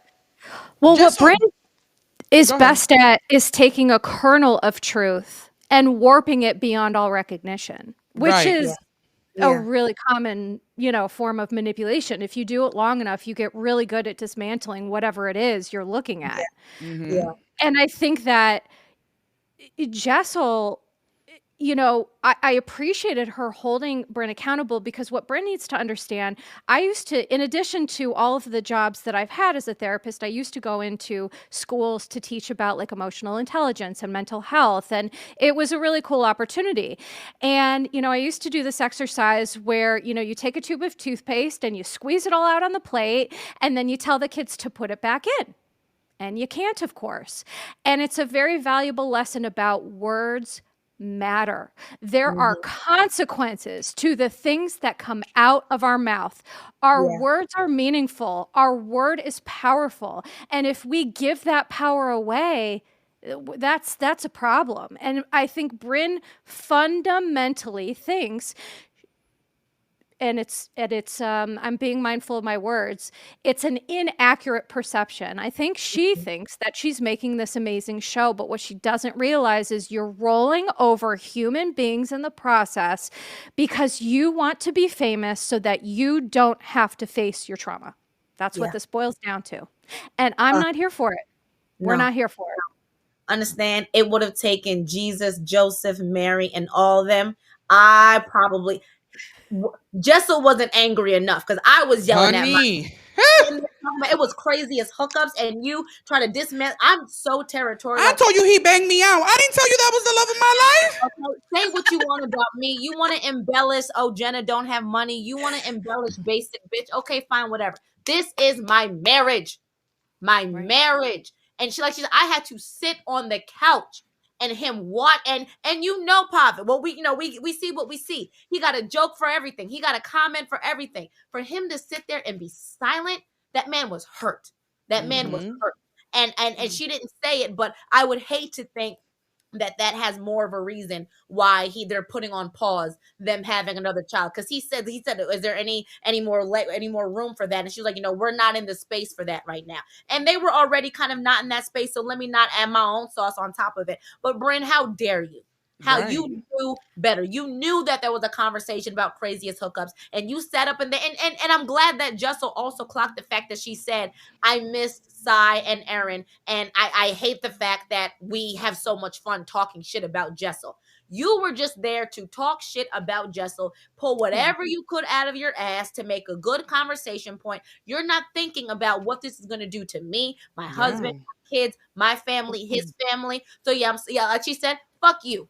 And that ain't enough. That ain't enough. That's why and I'm not condoning violence. I don't condone violence. And I'm glad she just sat there and like kind of gave her a good verbal lashing. But baby, you Yeah, no, I have to agree with you. I That's like, agree. finale was crossing a line. This was crossing another line on the other side. You know what I'm saying? It's yeah, like yeah, you're doing a lot. You're yeah, you're you're in every capacity. Your lies have affected your cast in so deep ways to the point that it's affecting their personal lives outside of the show. And to Melissa's point, I don't see how this cast moves forward with someone like that as no, part of their cast. no. So my last question is, go ahead before my last question. Go ahead. I was just going to say, I don't think Bravo fans want that either. I mean, Exactly. you two have your own experiences online, but from what I'm hearing, people do not want this. They're Fans not are rocking. upset. They're not I rocking. think out of all of the big dramas or big situations that we've seen, this situation has had a really unified front from the audience. Yeah, yeah, They I did agree. not like it. They were not on Bryn's side, and for the housewives watchers can be very misled, and yeah. sometimes it could be very team this and team that, and it could be like an equal force of people saying different things. But this has been one of those things where like a lot majority of the fandom is standing on Ubah's side and standing on the fact that it's maybe time for Brynn to step away from this.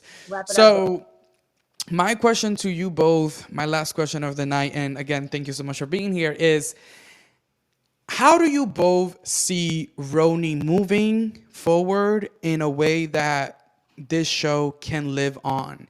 Is it, albeit any of the current cast leaving, bringing in new women? How do you see this show moving forward in a positive light? Sojourner, you first. I think we should start with the pause of Brynn. In the first season, I really did enjoy Brynn. I Me thought she too. was funny. I thought she was charming. She added a fun, kind of was a banter, and yes, she was messy, but it was good messy. Housewives are messy, so I'm not mad at drama per se. So in the first season, I really did enjoy Brynn. So I'm not saying I never want to see her again, but I really do want baby to get help. I think at least a season's worth of a pause if she really does do the work on the side, and then maybe she can come back. For the rest of the women, two things. One, I think they're getting their footing. I think we now have a good base for them to start get another character in there, because obviously someone's going to have to replace Brynn, and they're going to have to be a character. I know there were whispers of maybe getting Julia Fox on RHONY. They talked about that on an episode of Watch What Happens Live. I know folks have said maybe we go ahead and bring in Luann or Dorinda or like maybe 2 or 3 of old RHONY and bring them in. Maybe even Ebony. I think Ebony K. Williams would do a lot better with this I group. would have. I think. Thank you. They're like Ebony was casted too early. Too early. She would have been fantastic with this group. So there definitely does need to be a bit of a cast shakeup. But in terms of Sai, Erin, Jessel, Jenna, Rebecca TBD, like Raquel, I like that girl. Yeah, Rebecca can go. Rebecca can go. Child. Yeah, she can go. She can go. I'm glad we're in agreement of that. Rebecca can go. Rebecca can go. But for the main core of the women, I think they do have a good baseline. They just need 1 or 2 more characters to really help round it all out. Melissa? I piggybacking off of that, I fully agree with it. Becky with the good hair needs to go immediately because why are you here? Why? I just I can't. I you know, I try to maintain my professionalism, but there's some housewives that I just can't with It's her. okay. Let it out. It's not giving what you wanted to give. She gotta go. She gotta go. No, we don't want to give Scientology. That's no. That's not even really wild. giving it. You're not even really talking about what you're not giving us the juice and the gander of what it is. I know anyway, you're so right. please. But I do agree. Brynn needs some time, and quite frankly, what she does with that is up to her. I think that if she wanted to have a real shot at this, she would need to take some time, commit herself to doing the hard work, which it is hard. It's terrifying, but it's the best thing I've ever done. It's the best thing I've ever helped people do, being a professional and a patient, right? And so I think that I personally would love to see Ebony come back. She became a mother. And I agree. I think she was fabulous, but came in too soon to a cast who just, we all know what happened there, just destroyed any good that was left on that show. And so the other thing that I feel would be interesting would be, I would love Raquel and Mel to be more the center and to see more of their friend group. I want to see more interesting people, more people, who do, within the art world, and Mel's neuropsych, colleagues, things like that. I would love to see it. And even some of the old, there are so many amazing things that we could do with a show. I think it starts with taking Brynn out and giving the ladies a chance to do something not performative. Yeah. Right. To really film a real show. And I think that they have the group of people to do it. Yeah. Right. Even without, take Brynn out of it, Erin, to a degree, is still a pigeon. Erin is still gonna, talk her talk and then go. And I like Erin. I do. Sai is still gonna sit there and gossip and talk shit. You know what I mean? Like Jessel is still gonna be the aloof diva. Like, they're still characters in their own right. But if you take out the person that's just causing unnecessary toxicity, you still have characters in it. So I'm still a fan of these women. I would just love to see them in a group setting that's poised for them to succeed, not with someone who's intentionally trying to take them down. Right. Boom. Well said. Yeah. Very well said. And I think that, it will never be a world where Jenna Lyons gets demoted and stays on the show. But I think Jenna Lyons should be a friend, because if you're not gonna show us your relationship and you're not gonna show us the full aspect of your life, I get it. She did not sign up for this, but at this point, you're going on your 3rd season on this show that is supposed to be about your real life. So if you're not gonna show us that, then respectfully, my love, you can be a friend of to the girls. And I think that a lot of these girls. A lot of the fans will say that, oh, these women are not real friends. These women are not real friends. The season finale made them real friends. Yes. Well, now, nothing unites a group like a common enemy. Like a common, right. I mean, for real, So it's true. now they're actually really close, and now they're actually like this friend group that has gone through this crazy situation, and they chose each other. So I do believe that now, if for the third season of this cast, like it could be real friendships that are portrayed on the show. I do think we need to get some addition. I do believe that the one thing that this show is missing is African American. There is black girls on this show, but it needs an African American. Thank Thank you. you, Raquel. Thank you, Sai. Thank you, Yeah, Uba. We need yeah. an African American Give because me a straight that. Harlem, Brooklyn born and bred Mhm. girl. Okay, not somebody. And I think Sai is born and raised in Brooklyn, but again, Puerto Rican. Give No, me but like it's a straight different black because girl. Yes. as we know from being part of the diaspora that my experience as a black person of Dominican descent is different than Mhm. your experience as a black person of Yeah. American descent. So it's just completely different. So we need to see that, which is why I think that Ebony would have been great for Yeah. this show Yeah. because Oh, Ebony yeah. just would have been perfect, and it's more her vibe. It's more to her age, and yeah. But she wouldn't have had the same, like you said, Melissa, the same issue she was having with that other women and trying to get them to These are not issues understand we're having on this, Roni. that would have never No, happened. we're not talking about No, race, Yeah. no. And I'm glad we're not. And even Yeah. to the point, even to the like Aaron, shout out to Aaron because Aaron never made it. She was very careful about her words because she knew that as a white woman, her words matter, and she never wanted to paint Uba as an angry black woman. Yes. Yes. So Which I will give her that shout out because I saw the intention in her vocabulary, Mhm. and to me, that's true allyship. Go Yeah. ahead, Melissa. No, I fully agree. Because as a white woman, I think your allyship has to be shown in your behaviors. It has to be Right. shown in your language. It has to be shown in your actions. Yeah. And so I do fully agree because that's what it drove me wild. Where people were painting Uba with this black woman stereotype, and it's like, no, she's a woman and she's mad. That's different than being an angry black woman. Come on, like that's it's just so damaging and perpetuates such like gross stereotypes. So yeah. I've loved this discussion. I'm Yeah. so happy. I have one shady comment. I'm not even going to say Jenna needs to be your friend. I think Jenna needs to go. The said that she was going to return a $1,500 robe because it was too expensive. Baby, you don't have it. You don't have it. You don't have When it. when she said that, and I thought, do you know you're on TV and that they're watching this? What are you talking about? You were going to return it. Salt Lake, Atlanta, they were returning your Return? clothes. Honey, we just saw on Salt Lake that Winnie tried to play Lisa Barlow because And Lisa of having Barlow, tags. Don't you ever. Don't She's like, you that ever is not who I Don't am. you ever say I would do something like that. Okay, those are fighting words, and you don't Right. sit on that couch and like audibly say. And I'm sorry, I hate to get in my elitism bag. $1,500 is too much. Jenna Lyons, that's too expensive. But also, you're supposed to be a fashion girly. Maybe you are broke. Maybe Erin did say it, and maybe she meant it. Because I don't know. Right. I don't know. That sounded a little poor to me. I'm not gonna hold you. It sounded a little poor. I will concur. I'm sorry, Miss Jen. I love you down, And I Bookie, know, but I know you need this check, but I don't know. Maybe the housewives lane isn't for you. I'm just saying. Maybe it no, isn't. I think that at first Jenna did not realize what she was getting herself into, and I think that now she enjoys it a little bit more than she had did in the past.